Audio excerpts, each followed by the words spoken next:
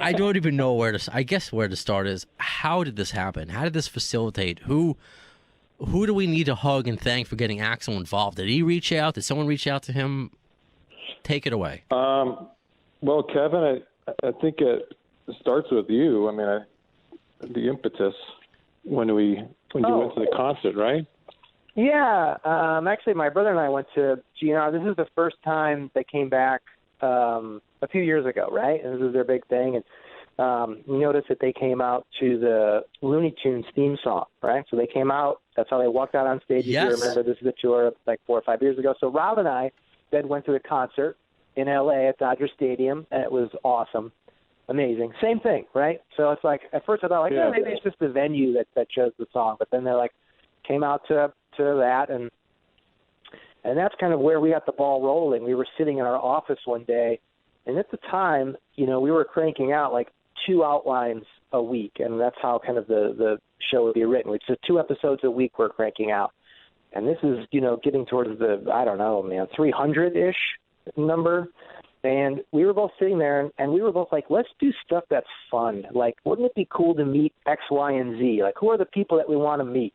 We wanted to meet Axl Rose. We wanted to meet Mike Ditka, which we kind of did already. We wanted to meet Ric Flair. We wanted to meet Ric Flair. Nice. We wanted all these fun people. Yeah, exactly. And so that's kind of how it started. We had a poster actually up in our office randomly of like, I don't know, like we have a Rocky III poster up with Mr. T and Sly Stallone, and we have David Lee Roth. What is that album from, Rob? Skyscraper.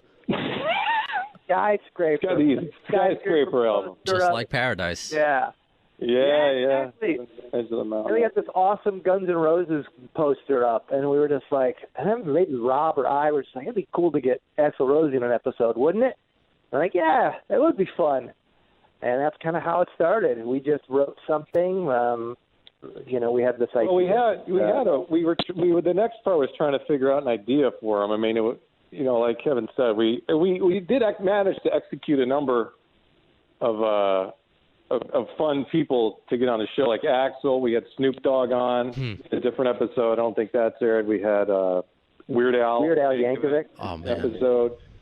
So, but we had a whiteboard in our office, and we would always, scribble up different ideas on the board. And I think one that had been living up there for a while that we hadn't written, we just hadn't figured it out, was the Looney Tunes gang has to destroy an asteroid. And so it had been up there, and I think we thought, I don't know how we came up with it. You're sitting in there, you're always writing and thinking and just ideas. Once you get into a groove, you start to kind of just, things start to pop because you're thinking in that world. And so I think we thought, well, what if, the asteroid is coming to Earth, and we're like, how are we going to destroy it? And I think we came up with the idea like, well, Axl Rose comes down and comes over and sings so loud, he rocks so hard that his music literally saves the world. I think we were joking around. Guns N' Roses. We were joking around of like, well, I mean, the only thing more powerful than a laser beam is rock and roll. Oh man, because that was the '80s completely. Yeah, exactly. So like Kevin was saying, and obviously, he was describing our posters. I mean, clearly we're children of the '80s. Right on. David Lee Roth, Rocky III, and we kind of, I mean, at least me. I don't want to speak for Kevin, but in my head, I kind of wanted to because we were writing on a kids show, and we were writing for Bugs Bunny, who we loved as kids, and I kind of wanted stuff around me that reminded me of when I was a kid. So I like to put the David Lee Roth thing, and I had and Kevin did Rocky III. I had like an old James Bond poster, Never Sin Ever Again with Sean Connery. It was the first James Bond movie that I'd seen in the theater, and Pepe Le Pew on our show was James Bond.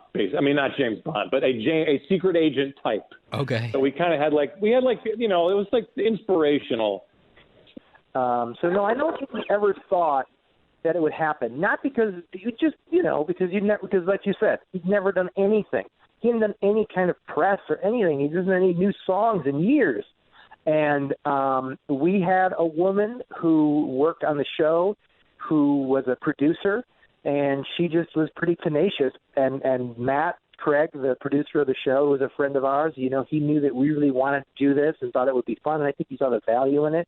And he liked Axl Rose and Guns N' Roses, not as much as Rob and I. And we're adult men, and we, have posters of him up for inspiration. You, me too. I don't know what to say. Yeah, exactly. So I think it was just a matter of we just kept wanting it and kept kind of not fighting for it in a real fighting for it way, but everyone just kind of was like, well, let's just keep going. And we found that he had some manager of some sort who was not really involved with the music part of it, just kind of a manager, and then that kind of got around. And the thing about it is, what helped is he was a Looney Tunes fan. Like, he liked Looney Tunes. And he has kind of a personal manager who's also a big fan of it. And so I think that they kind of were like, well, let's try to find some time to do this. Now, that being said, two things had to happen. One, we had to push back that record a lot because they were on tour. It didn't look like he was going to be able to do it. We already had written it. Rob wrote that. Rob wrote that song. He wrote every lyric of Rock the Rock. Wow. We had this guy named Josh Funk who plays music, and he did the arrangements. We had all this, and we had the scripts written, and we were ready to roll, and we kept thinking, it's going to happen, but it's going to have to be pushed back. It kept getting pushed back. We were talking about getting somebody else, which was kind of a bummer. We could have, at one point in time, maybe Steven Tyler was going to do it, and then we were like, oh, great, he'd be amazing. And then it seemed but we still wanted Axl. We still kind of were like, great, if he can do it, but let's just see what happens with Axl. Let's give him some more time. He's coming back from Europe soon. We already, we knew the tour schedule, so we knew when he'd be back in the States and for how long. And it just kept moving up, kept getting a little bit further. And it seemed like he was going to do it, and it seemed like more of a reality. And we got some emails from people, and they're like, okay, but we have to see what it looks like. Did you show us, an animated version of him? And we did. And they're like, yeah, it's great, but more how Axl looks now. And they were really detailed and really specific. They were wanting bandanas, certain bandanas on his leg a certain way. And he has, his dog collars for the dogs that he's had in his life who's deceased.